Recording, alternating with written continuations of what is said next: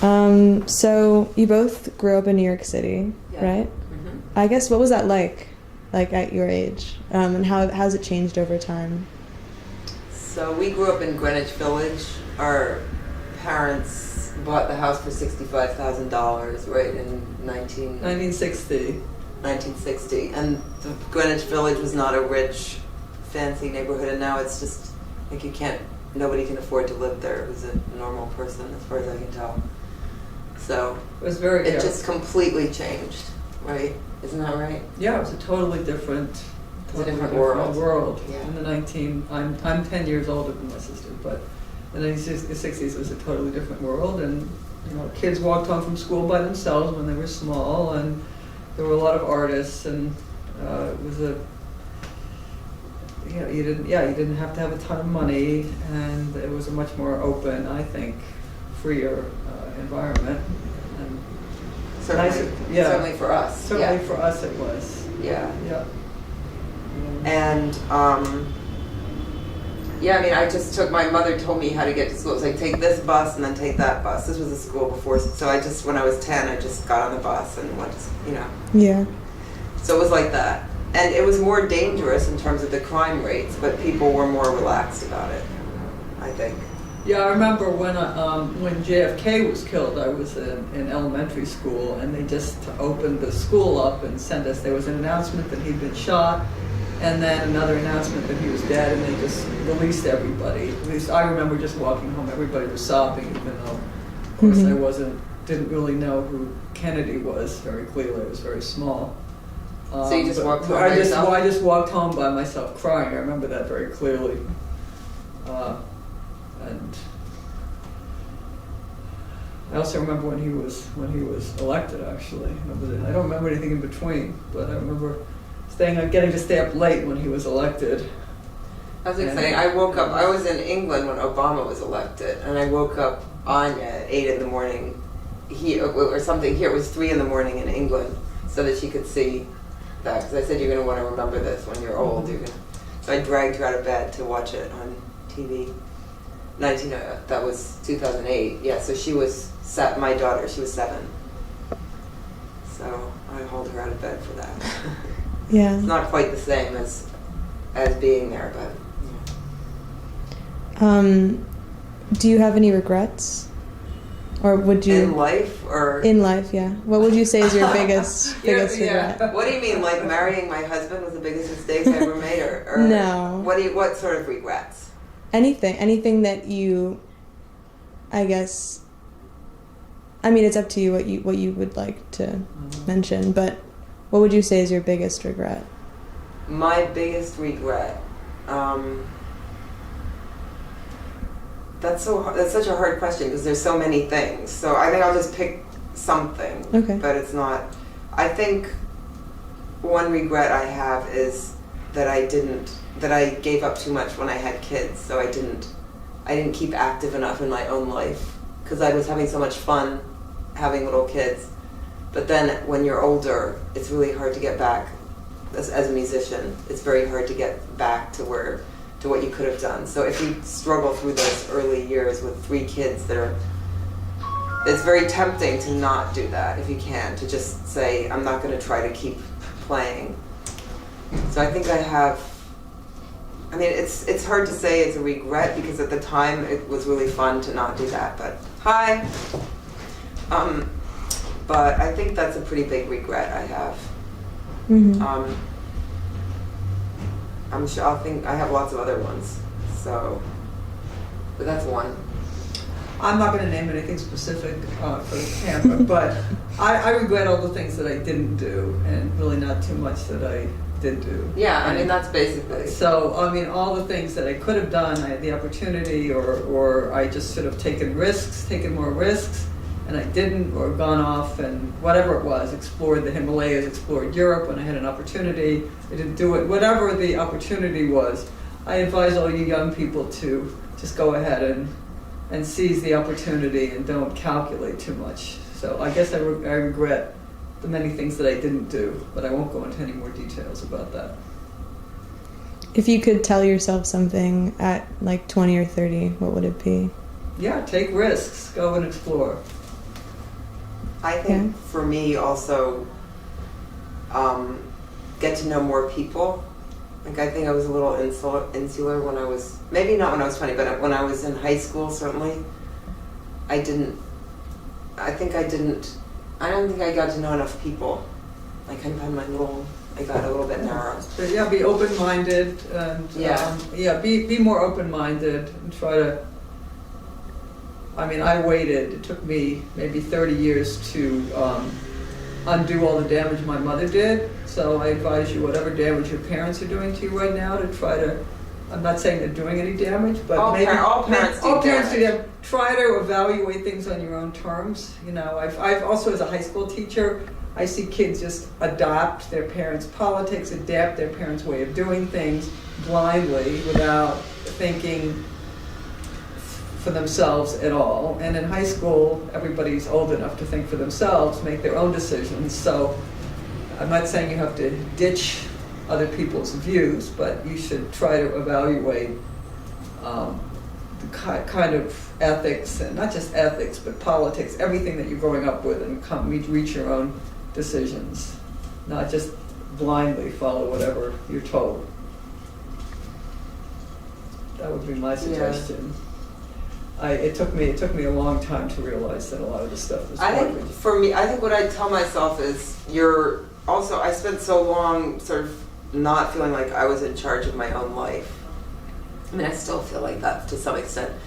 And actually nobody else really cares. You know, I mean, your parents, if you're lucky, your parents care when you're little, but once you're a teenager, it's up to you. Like, if you don't do it, nobody else is going to do it for you. So feeling like somebody owes you something, or somebody's going to remind you to do stuff, it's just not, it's up to you. And you have to feel like you're worth doing things for. And I definitely didn't feel like that. I always had to find somebody else to do it for or something. I didn't feel like I was worth taking care of and doing stuff for. And I think you have to realize that nobody else is going to do those things for you.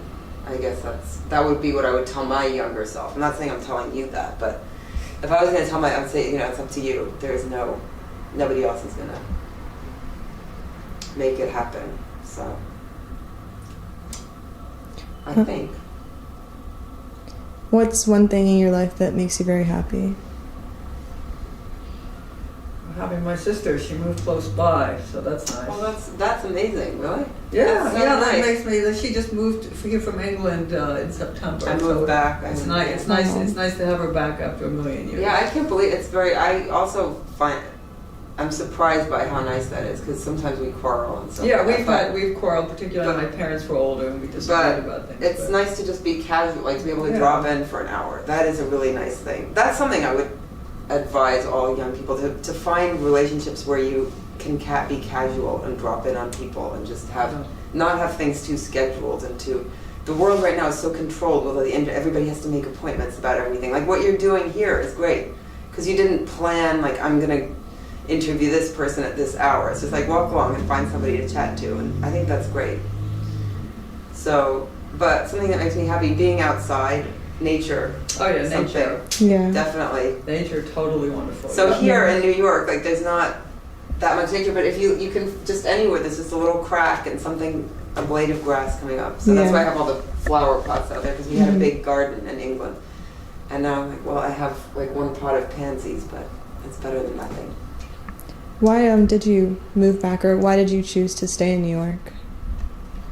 I was too stupid to do anything else. You did lots of things when you were younger, but you came back here because you had young kids. And I came back here because, you had a place to live and you had young kids. Yeah, our parents. There were some practical reasons. I got a job. It was basically out of convenience. Mm-hmm. But again, I would say that it wasn't. Yeah, so it made sense for me at the time. I'm not going to challenge that decision. It made sense for me at the time.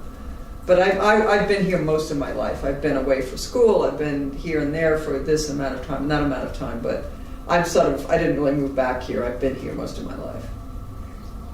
I think I moved back here partly because my husband's job at work is here. So practical again. He was flying around too much, and just flying these days is just so wrong to keep flying all the time for environmental reasons. But also, for lots of reasons. So it made more sense. And the other reason is that even though I lived in England for 25 years, in some way I feel like most of the people I care about are here. So 2 of our kids are here, moved here to go to college, and my sister, my niece and nephew, old friends. So that's another reason.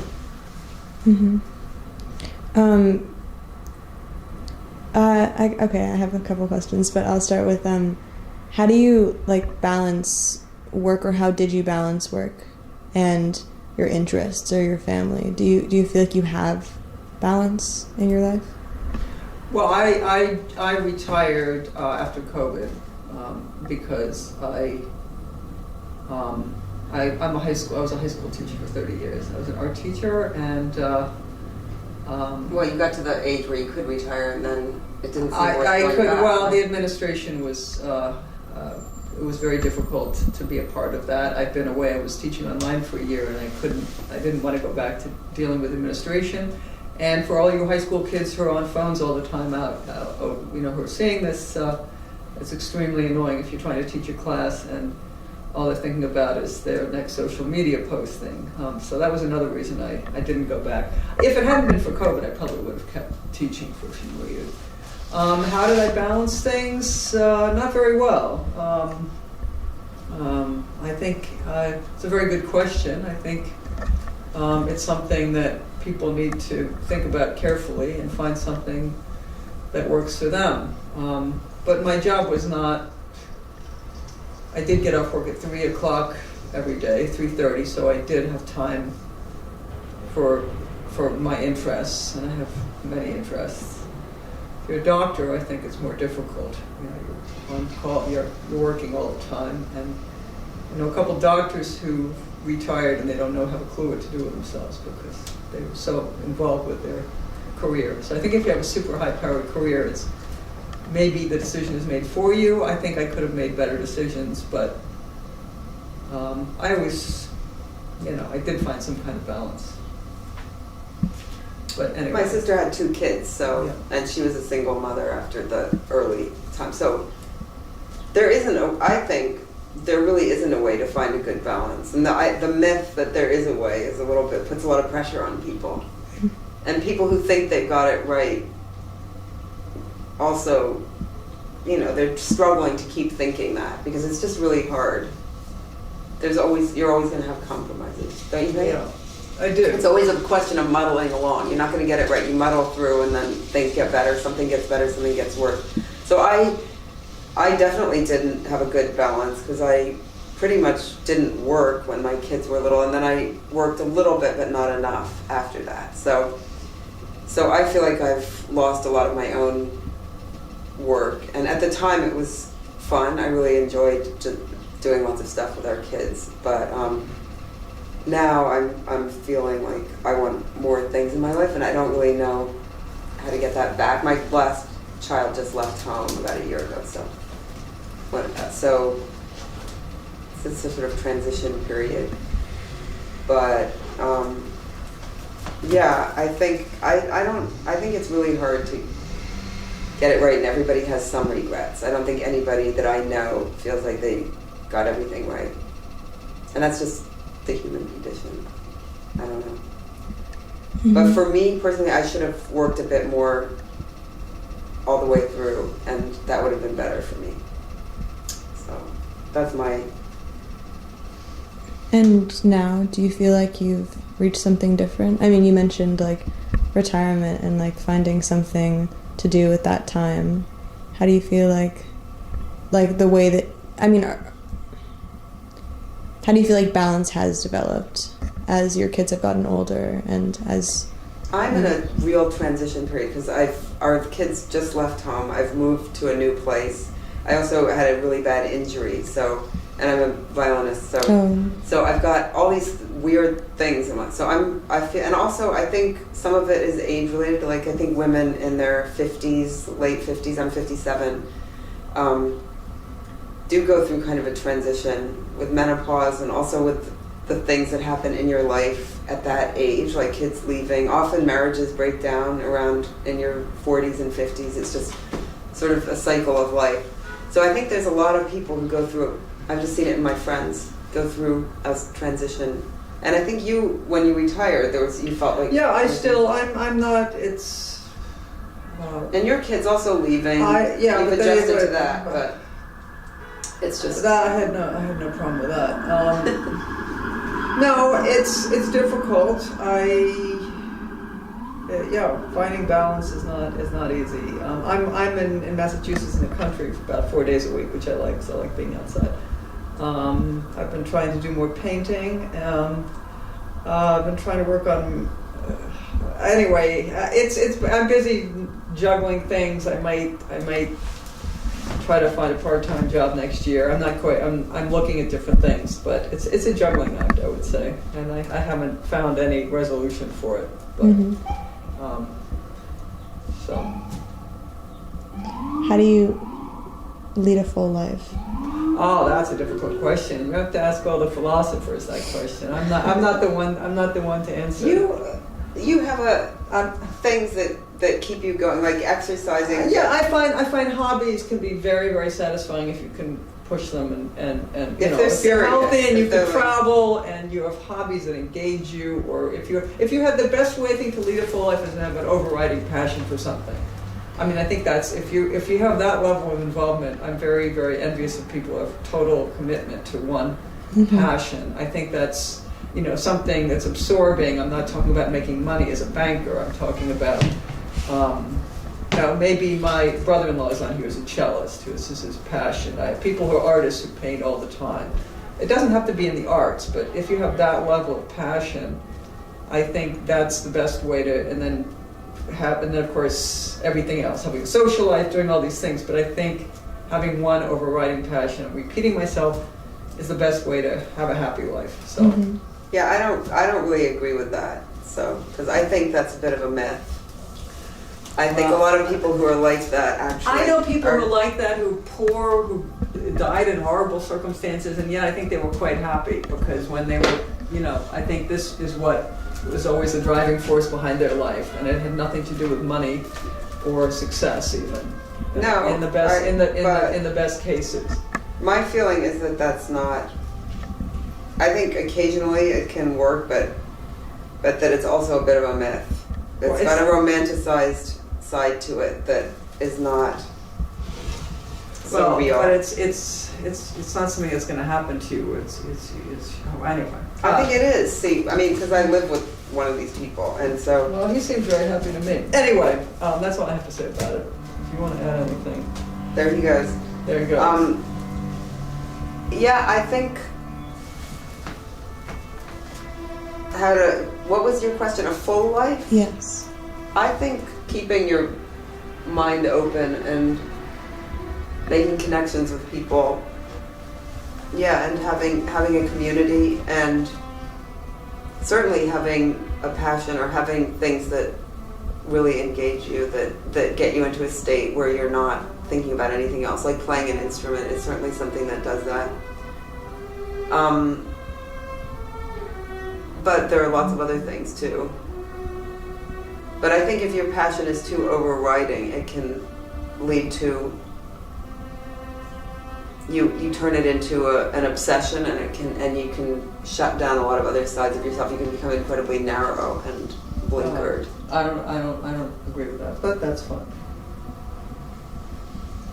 So I think our brother, for instance, was somebody with all right. Well, that was passion. another. We don't have to bore this young lady. We're talking about him, but But that was a little bit of different. We can discuss that afterwards.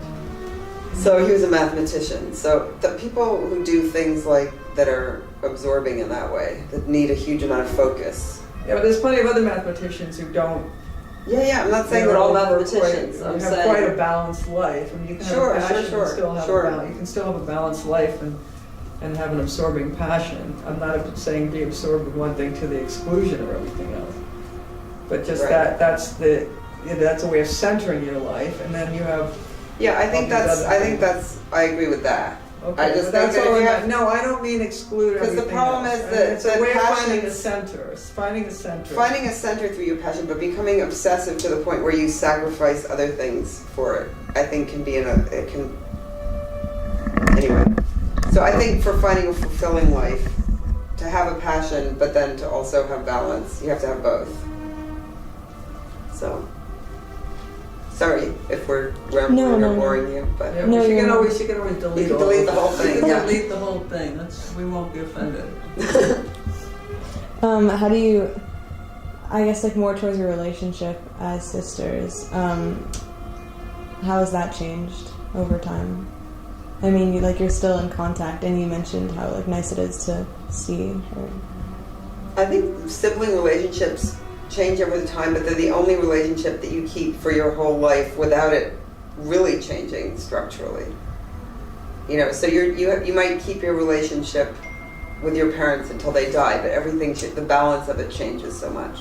So you start out as a little kid that they have to take care of, and you end up as taking care of them.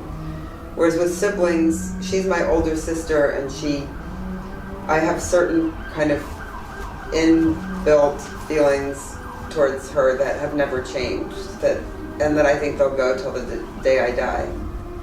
So our relationship in some way is quite stable, because it's really hard to change that. And there's no other relationship like that. Like with a partner, you have kids, you start out as young Or you people. can end up having a horrible, Yeah, and then you have kids, and then the kids leave, and you have all sorts of, you go through different years. Oh, We're being I interviewed. should ask Alan about the hi. Yeah, ask Alan about a ticket. Yeah. Hi, can I have you finish? I'm going to excuse my. Sure. Is that okay?